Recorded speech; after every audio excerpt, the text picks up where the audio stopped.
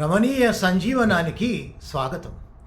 అరే జర తొందర పడకురా, ఆవేశపడకు. మరి ఎందుకంటే ఇబ్బంది అవుతుంది. ఇక వాడో మాట నువ్వో మాట అనగా ఇది చినికి గాలివాన అయిపోతుంది, పెద్దగా అయిపోతుంది. ఇక కొట్టుకునుడు, తనుకునుడు, గుద్దుకునుడు ఇవన్నీ ఉంటాయి కదా. అందుకే జర ప్రశాంతంగా ఉండు, సహనంగా ఉండు, ఆవేశపడకు.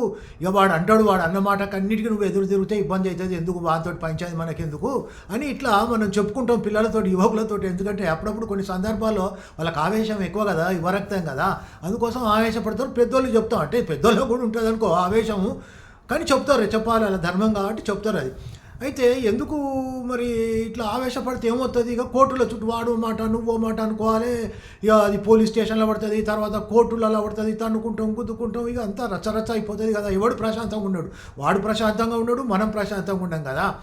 సో అందుకోసమే ఇట్లా అంటారు అన్నట్టు, ఓపిక పట్టు ఇట్లా అంటారు. ఎంత ఓపిక పడితే మనకు అంత మంచిది అని ఇట్లా చెప్తారు. అంటే ఓపిక అనేది అన్నిట్లో కూడా చాలా మంచిదే.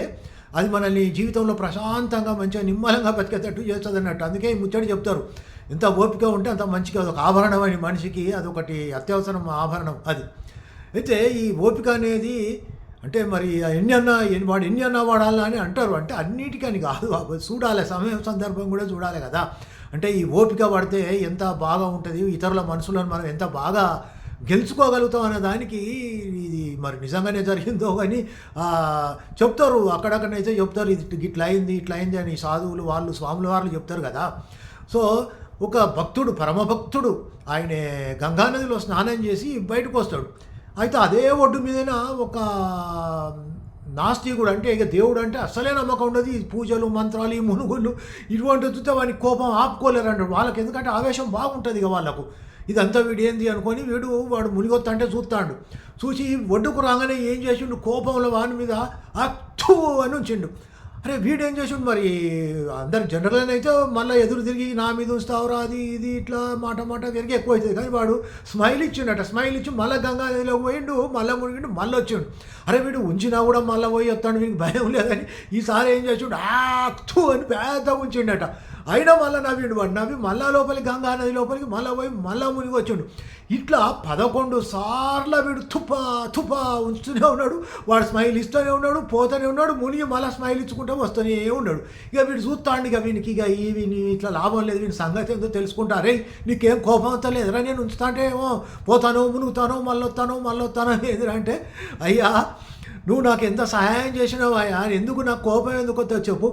నన్ను 11 సార్లు ఆ గంగా నదిలో మునిగేటట్టు స్నానం చేయించినావు. దేవుడే చేయించు, నువ్వే దేవుని కావచ్చు. అంటే నా పాపాలన్నీ బుడగొట్టినావు, అందుకే నీకు నమస్తే చేస్తాను, నువ్వు చాలా గొప్పోడి మంచోని అని చెప్తాడు. చూసినావా అంటే ఆ ఓపికతోటి ఇట్లా అనగానే వానికి ఏమనిపిస్తుంది, అబ్బా వీడిని ఇంత అన్నా కూడా వీని లోపల ఎంత ఓపిక ఉన్నది, ఎంత ప్రశాంతంగా ఉన్నాడు అని. అరే బాబు లేదు నా తప్పైంది, నేనే తొందరపడ్డా, అసలు నువ్వే దేవుని అన్నట్టు. అంటే ఎంత మార్పు జరిగింది మన ఓపిక వల్ల. ఎదుటి వ్యక్తి మన మనసును ఎదుటి వ్యక్తి గెలుచుకున్నాడు. వాడే సారీ చెప్పిండు, సారీ అయ్యా సారీ, నువ్వే దేవునివి, నాదే తప్పైంది, ఇక మీద ఇట్లా చేయాలని అనుకున్నాడు వాడు. అందుకే ఎవరు కానీ ఓపికగా ఉండాలి. అంటే ఇక అన్నిట్లని కాదు నేను చెప్పేది, కొన్ని సందర్భాలలో ఓపిక బాగా మనకు ఉపయోగపడుతుంది. ఆ సందర్భాన్ని చూసుకోండి, అట్లా ఓపికగా ఉండండి. మనందరికీ కూడా మంచి కావాలి, ప్రశాంతంగా ఉండాలి. ఇంటి వాతావరణం బాగుంటుంది, బయట వాతావరణం బాగుంటుంది, బయట గౌరవం దక్కుతుంది. అరే వీడు మంచివర్రా, మంచి ఓపికస్తుర్రా, ఇట్లా పేరు పోతుంది, మనకు కూడా మంచి పేరే కదా అట్లా.